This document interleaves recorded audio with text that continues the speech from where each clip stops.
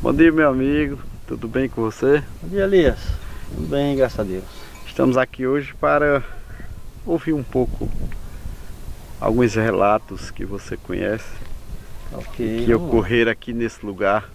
Meu nome é Gilberto Araújo, eu sou filho de Raimundo Cândido Araújo, ou Raimundo Caetano, como era conhecido. A gente nasceu, aliás, eu nasci aqui nessa fazenda. Os outros irmãos chegaram aqui já um pouco mais velhos e a gente viveu aqui por quase 20 anos. Então você foi jovem, garoto, adolescente aqui nesse lugar? Aqui nesse lugar. Vivenciando esse lugar? Vivenciando tudo que acontecia por aqui, né? Seus pais eram agricultores? Agricultores. Você chegou a trabalhar na roça também? Cheguei a trabalhar, sim. E aqui aconteceram algumas coisas que você está disposto a nos contar, né?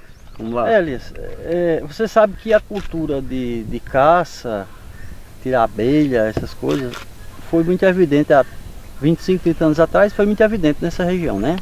Que se praticava muito por necessidade, os tempos eram difíceis, era outra época, porque também a lei se permitia. Hoje não permite mais, né? Nosso canal, inclusive, ou seja, é contra a depredação da natureza, contra a caça, mas relata casos e causos que aconteceram no passado.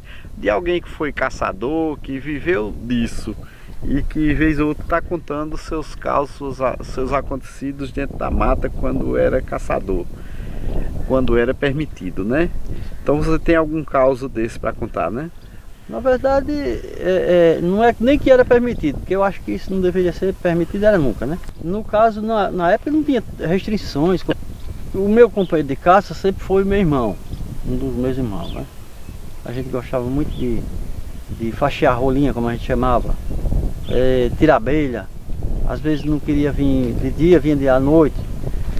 E um dos causos que eu tenho para contar é bem aqui. Eu não sei exatamente hoje se pertence ao meu compadre aqui, se está no lote dele ou se está no lote do outro lado. Eu sei que foi bem aqui, bem próximo. A gente vinha caçando de dia e achamos uma abelha, uma italiana, e aí a bichinha era meio brabinha e a gente deixou para tirar à noite porque era mais ficava melhor, né? Ela não voa à noite, né, a abelha, né? Ela fica mais quieta, né? Uhum. Então é menos sucessivo de picada de abelha e tal. Então a gente veio. Aqui tem a barragem que a gente chama barragem do Jucá. Conheço. E em uma certa hora a gente manuseando mel. Tinha bastante mel, por sinal. A gente tirou 25 litros de mel nessa abelha. Eita! Foi.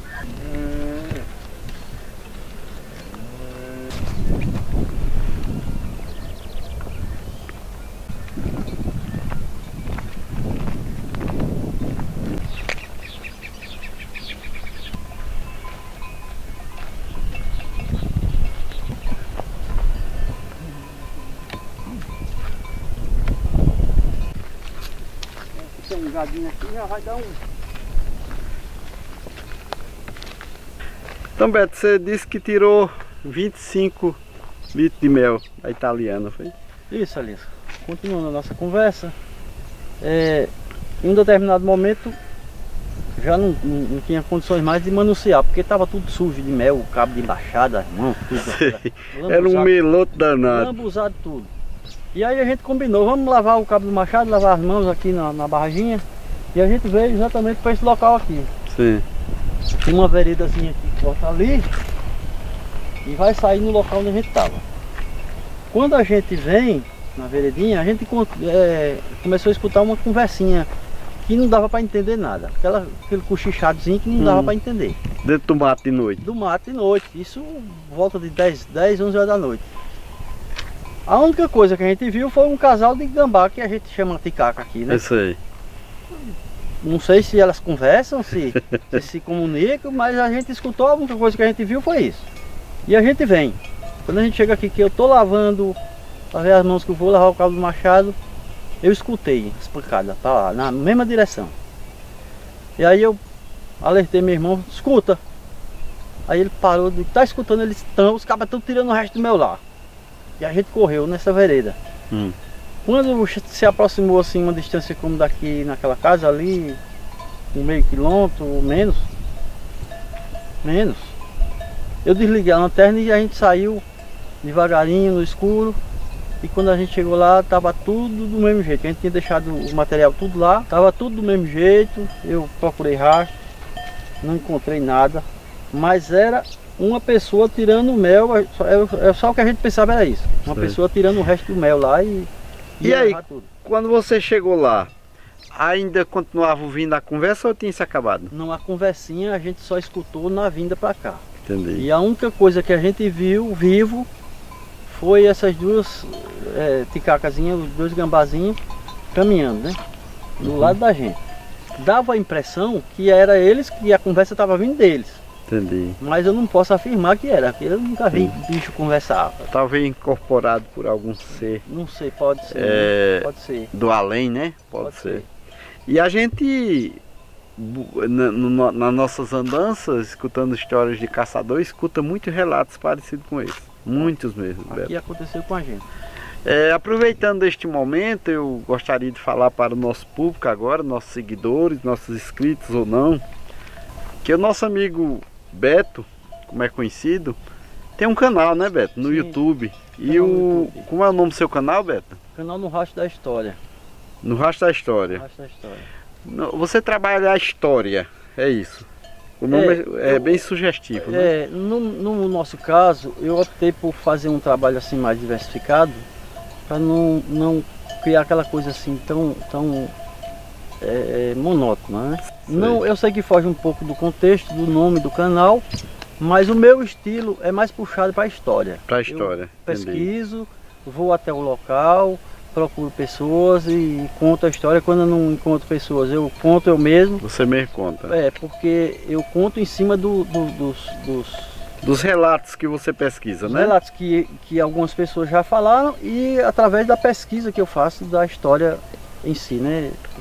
Quando ela está registrada em algum canto, eu vou buscar. Ok. Então, falando para os nossos seguidores, vocês que gostam de história da nossa região, de casarões, de diversos contextos, né? Vão lá no canal do nosso amigo Beto, vamos dar um apoio a ele.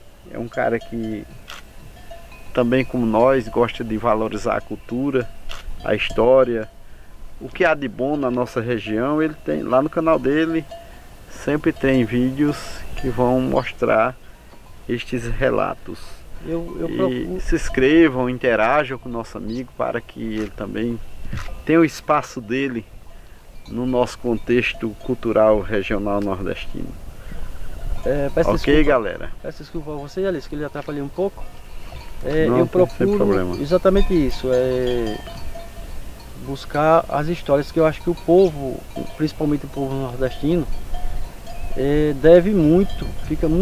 deixa muito a desejar, porque esquece das histórias. A história é muito importante para a nossa vida. E eu gosto muito de histórias. Se eu fosse me qualificar, eu acho que eu seria um professor de história. Historiador. Historiador. A história ali atrás, né? Ali atrás. E falando de história, eu tenho mais uma para lhe contar aqui, pertinho aqui, nessa mesma região. Vou passar aqui do outro lado. Olha a outra aqui, ó. Não, só Nosso amigo Beto, você também vai me contar um episódio que passou por aqui, né? Bem próximo aqui, ali. Me diz aí. Bom, isso aqui, esse olho d'água que tem aqui, faz parte da história, né? É isso. Está bem aproximado do acontecimento. Como eu falei para você anteriormente, a cultura de caça na região aqui há 30 anos atrás, 25, 30 anos atrás, era bem evidente.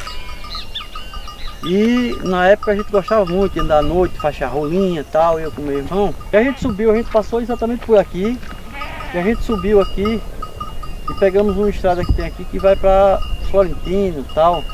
Lá na serra mesmo da melancia, no pé da serra. Aqui, a estrada sobe. O Florentino era naquela serra, no pé da serra, né? Por aí. A fazenda. Bom, ali, a mais daquela estrada ali, morou o finado Antônio Panga, João Panga, Zacarias. Bom, teve vários, né? Mas nessa época já não tinha mais ninguém ali. Eles já tinham se mudado para a cidade, as casas estavam abandonadas ali. E a gente sobe, a gente segue ali. Quando a gente chega antes da casa do finado João Panga, Antônio Panga, que era a primeira, né? Era, vindo de lá para cá, né? A de tijolo, né? A de tijolo. Era, de Antônio Panga. Quando a gente chega próximo dessa casa, tem uma subidazinha que é cheia de cheixo, esse cheixo liso, e começou um redemoinho, pequenininho. Isso era de noite? De noite, por volta de 9, 10 da noite. O redemoinho começou e foi arrodeando a gente, aí cessou. Quando ele passou, veio tipo um couro antigo, um couro de boi antigo, seco. Meu amigo, ele passou do lado da gente assim, que as pedras tiravam fogo. A gente viu o fogo das pedras. Passou e subiu a serra aqui que... Como se alguém fosse puxando esse couro. Deu essa impressão. Esses couro antigamente era muito utilizado em limpagem de barreiro, né? É. Puxava no boi. É.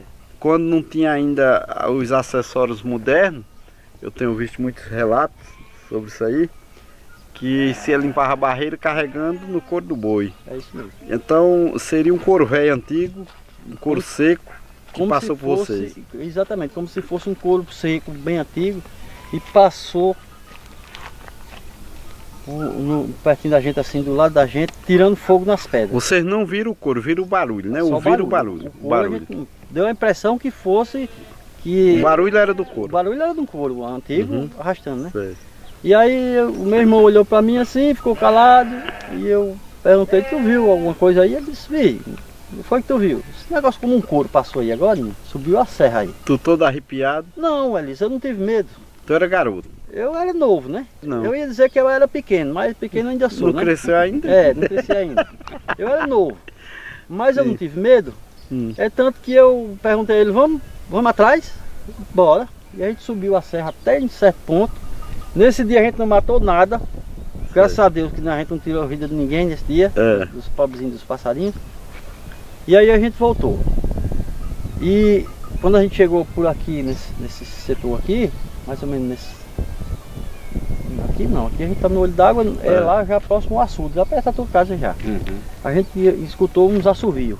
Assoviava longe. Na mesma noite? Na mesma noite. No mesmo instante estava bem pertinho da gente. E aí esse assovio foi até a gente chegar próximo da sede da fazenda, depois acabou e a gente foi embora e não viu mais nada não. Então são essas duas experiências que eu tive aqui. Teve uma outra vez que o meu pai me mandou ir à cidade comprar já por volta de 5 horas da tarde. Quando eu comprar umas coisas lá na cidade. E quando eu voltei já era de noite. E eu vi um pano branco nessa serra aqui, do tamanho que era essa serra aqui. Ixi, Maria. Aquele pano branco tremulando assim. Sim. Era uma coisa bonita de se ver. Isso ainda era dia? Não, já estava escurecendo já. Já era por volta de 6 da noite. Mas você via direitinho aqui, as nuvens para cima e você via o pano para baixo. Direitinho, ele tremulando assim. Entendi. Branco, um branco que eu acho que aqui a gente não consegue fazer não. E aí deu aquele medo, que o molequinho, né? Corri e saí correndo e vendo ele. Sempre que eu olhava eu estava vendo. Quando eu cheguei na casa, a gente morava numa casinha aqui, onde hoje mora Zé Januário. Era uma casinha de pau a pique, de taipa. E só estava minha mãe em casa. Zé Januário construiu a casa dele no mesmo local onde era a nossa casa. Aí eu chamei ela, né? Mãe, vem aqui, tem uma janela virada exatamente para lá, para a serra. A senhora tá vendo? E ela, o que, menino? Que tu tá vendo? Tá mostrando. E eu, aquilo ali, ó, aquele panão branco. Mas ela não viu. Só quem viu foi você. Viu fui eu. Aí são essas três experiências, né? Relatos. E teve outras coisas que não tem muita relevância. Muita relevância, né?